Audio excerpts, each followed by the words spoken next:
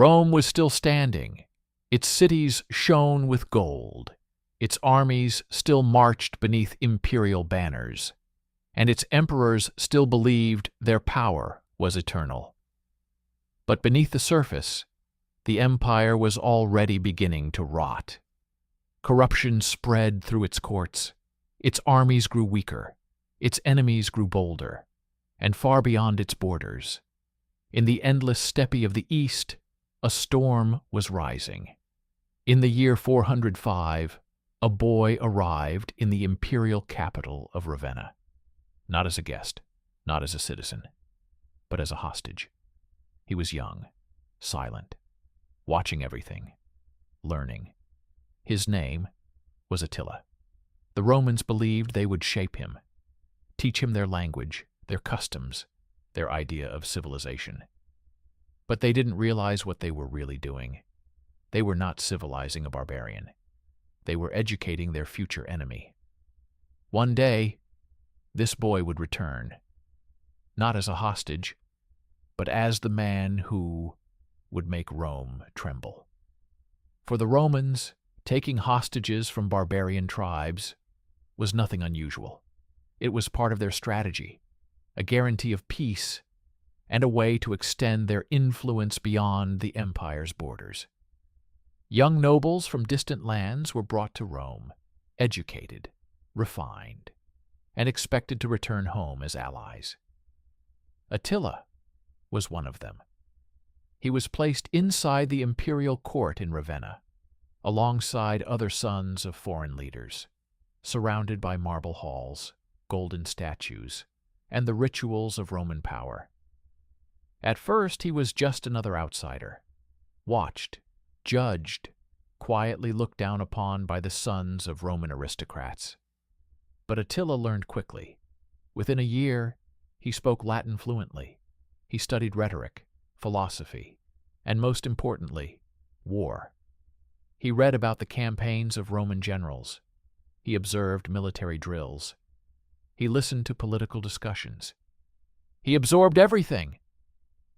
But while others expected admiration, something else was taking shape inside him. Attila didn't see a perfect empire. He saw cracks. He saw an emperor who ruled in name, but not in power. He saw generals who truly controlled the state. He saw officials who cared more about influence than loyalty. And he began to understand something few outsiders ever could. Rome was not invincible. It only appeared that way. Behind its walls, behind its traditions, behind its image of greatness, it was already beginning to fall apart, and the boy who was meant to become part of Rome was instead learning how to destroy it. Ravenna was a city of contradictions. On the surface, everything still looked magnificent. Golden mosaics shimmered inside great basilicas. Senators in white robes spoke of honor and tradition.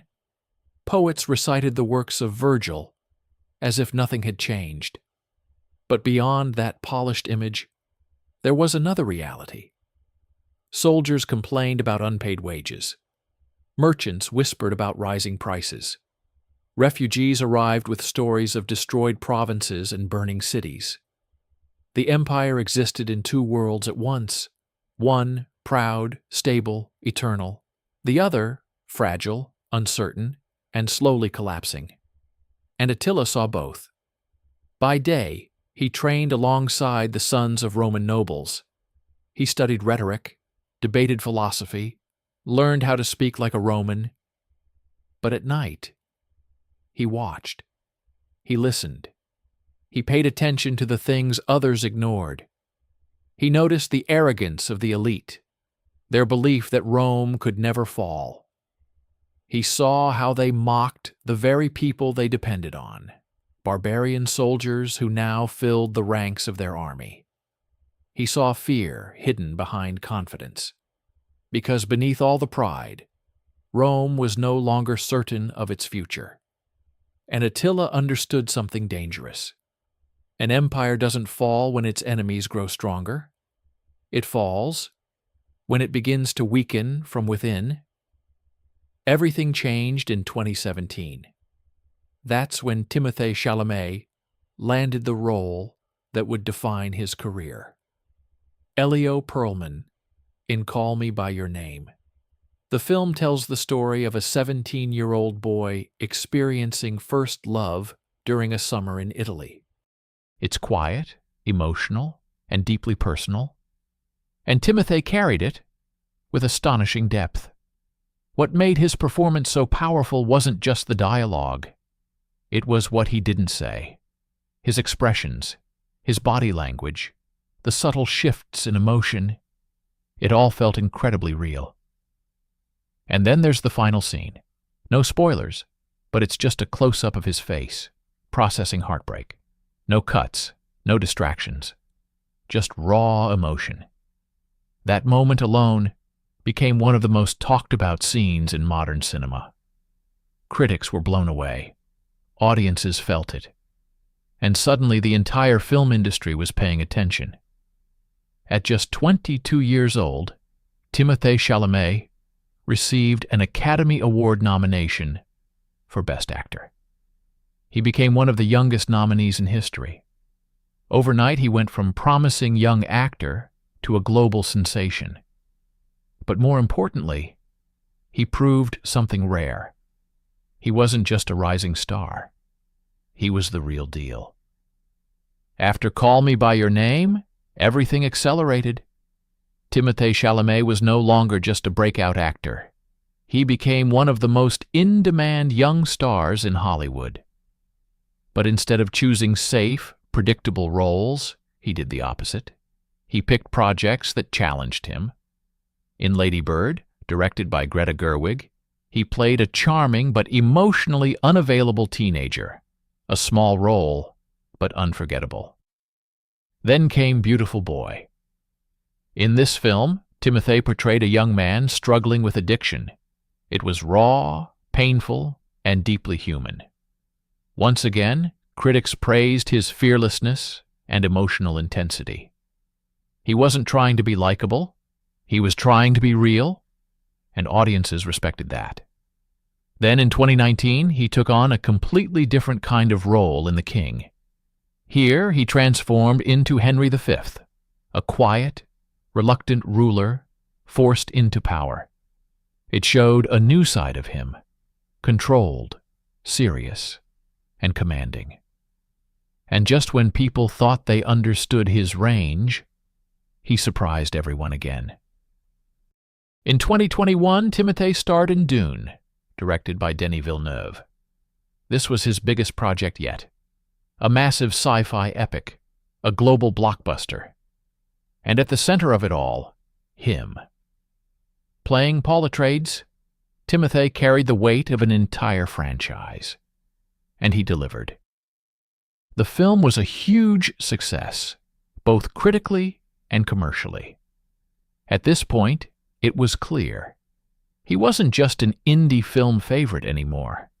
He was a leading man on a global scale. But Timothée Chalamet didn't just take over the film industry. He reshaped what a modern celebrity looks like. In an era where many actors follow the same polished, predictable image, Timothée did something different. He embraced individuality.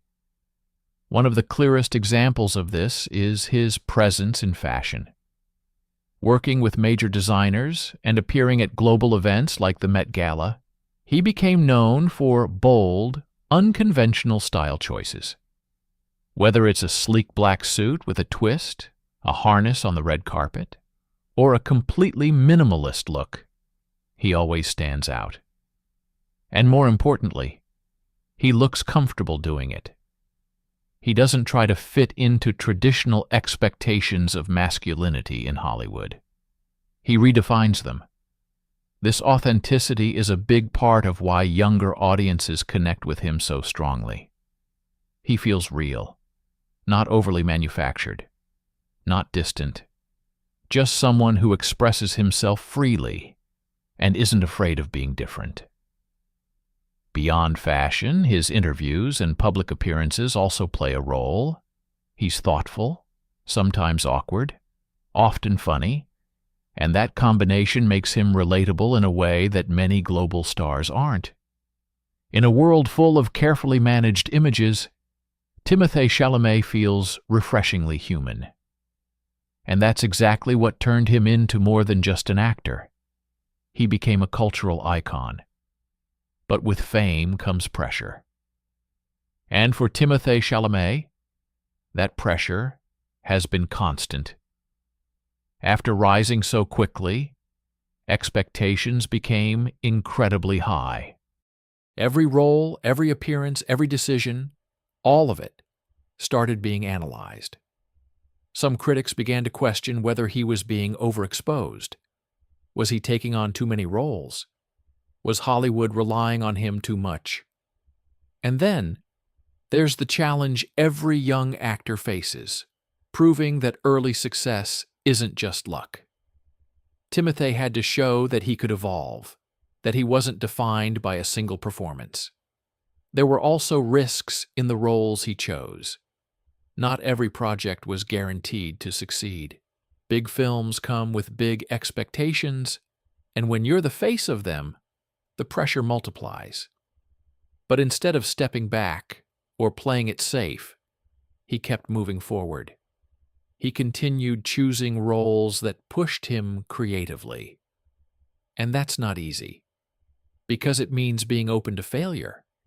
It means risking criticism. It means constantly being compared, not just to others, but to your own past success. Yet through all of this, Timothée maintained something important: consistency in his identity. He didn't try to completely reinvent himself to satisfy critics. He stayed true to what made him stand out in the first place. And in an industry that often rewards conformity, that's a risk in itself.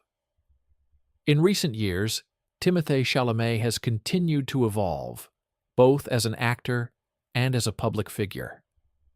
One of his most notable roles came with Wonka, where he stepped into the shoes of one of the most iconic characters in film history. Taking on a role previously played by legends is never easy.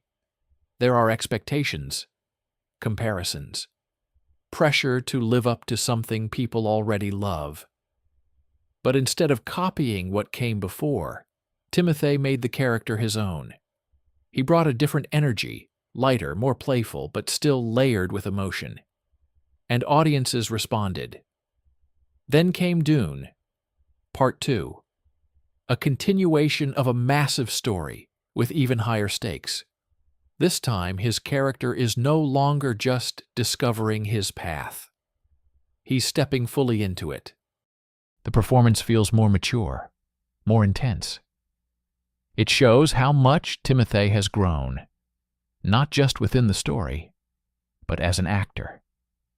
Looking ahead, his future in Hollywood seems stronger than ever. He's already worked with some of the most respected directors in the industry. He's balanced independent films with global blockbusters, and most importantly, he continues to choose roles that challenge expectations. There's no clear formula to his career, and that unpredictability is exactly what makes it exciting. Because with Timothée Chalamet, you never quite know what's coming next. But you know it's going to be interesting. So what makes Timothée Chalamet different?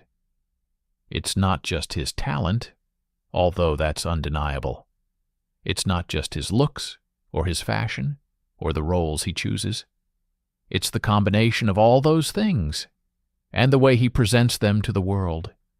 He represents a new kind of leading man, more emotional, more open, less defined by traditional expectations. And that shift matters, because cinema is changing, audiences are changing, and the idea of what a movie star should be is evolving. Timothée didn't force that change, but he became one of the clearest symbols of it.